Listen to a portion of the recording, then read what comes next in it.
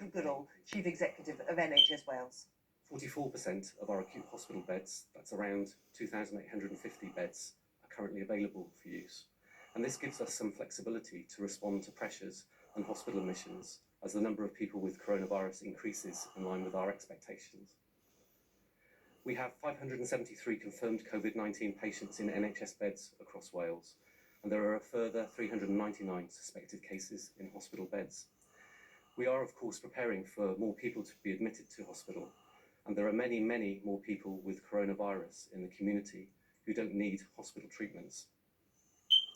We've been able to expand our critical care capacity now to 331 beds. Around 55% of our critical care capacity is currently unoccupied and available. 1 in 5 of those critical care beds are occupied by confirmed COVID-19 patients, and I would say that there is more pressure on critical care beds currently in the southeast of Wales. The NHS in Wales has confirmed plans to bring more than 6,000 additional beds online by using stadiums and leisure centres, including up to 2,000 beds at the Principality Stadium in Cardiff, more than 1,300 beds in the Swansea Bay area at the Llandarcy Academy of Sport and Bay Studios, more than 350 beds at Parc y Scarlets in Llanelli, 350 beds at Venue Cymru in Llandudno, and 350 beds at the new Grange University Hospital site. But I do need to share that we expect the pressure on our health and care system to be significant. We've never taken such actions before, and they are a necessary response to ensure that we care for our patients and for our communities. Whilst our focus is on coronavirus, of course, people need to access NHS care and services, and the NHS in Wales will continue to respond to emergency admissions and provide urgent surgery and diagnostics. There will be people accessing primary care and pharmacies every day. I have today written to all health boards telling them to continue to prioritise cancer treatment. But we have, however, seen a significant drop in normal NHS activity. The number of A&E attendances over the last 2 weeks has reduced by up to 60%.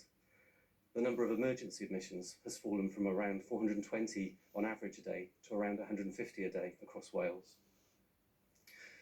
But I want to finish by passing on my personal thanks and appreciation to all of our NHS and care staff who are supporting care and treatment for the people of Wales. They continue to demonstrate their professionalism and commitment in the most challenging of circumstances, both in their preparations but also in their care that they are already providing across Wales.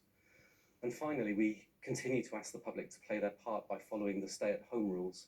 These measures are helping to limit further transmission and are a critical part of the plans we are putting in place in Wales and across the UK. We are recruiting extra NHS staff and we are bringing extra capacity online, but limiting the demand will make the greatest difference.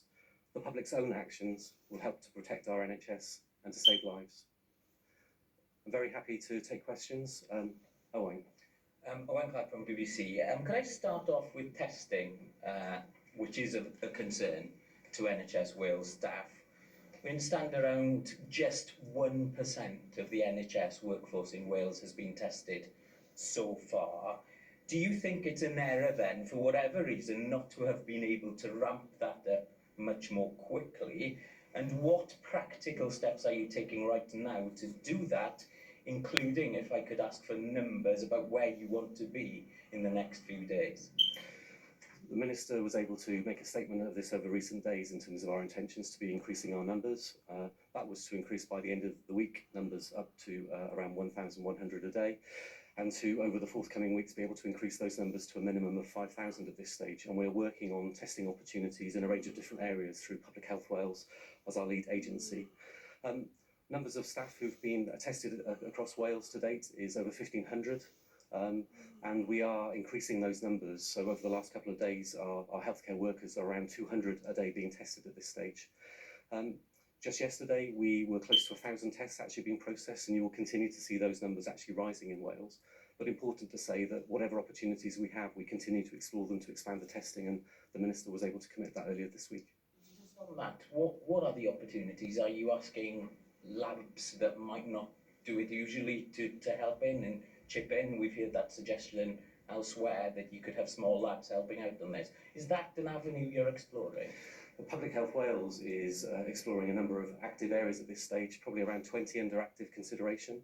As we're able to secure those different arrangements, we will be able to announce in Wales and through the Minister the set of arrangements in place. But of course, we continue to want to explore the ability to test more, and that will be part of using also some of the UK arrangements that are in place at the same time.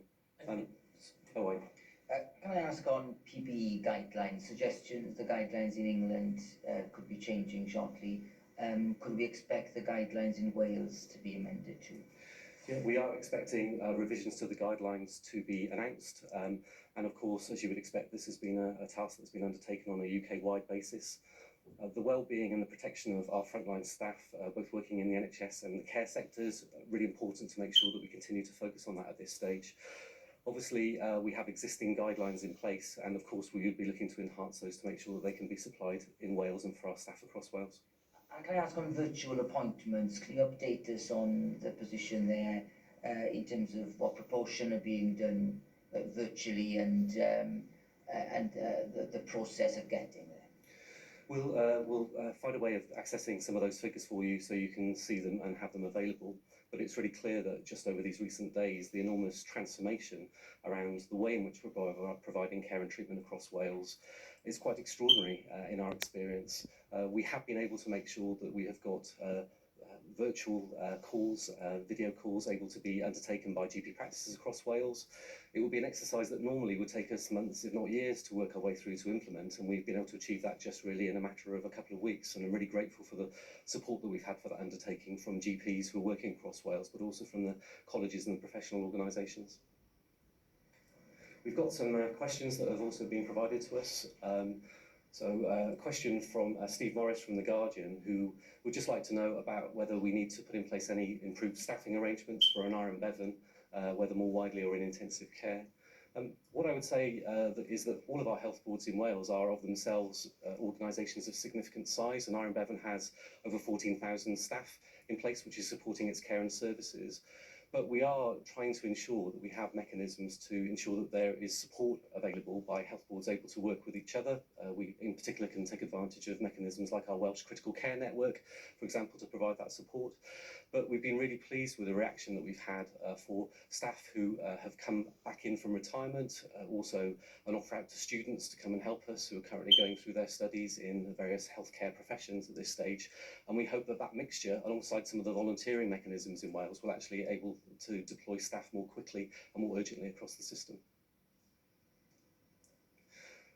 Mark Smith from the Western Mail and Claire Hayhurst from Press Association are just asking how many NHS workers are off with symptoms and how many have been tested.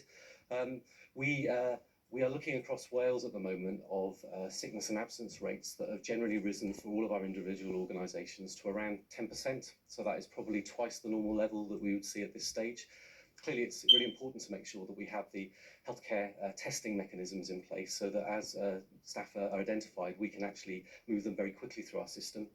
As I was just saying earlier, the numbers who've been tested to date is around 1,500.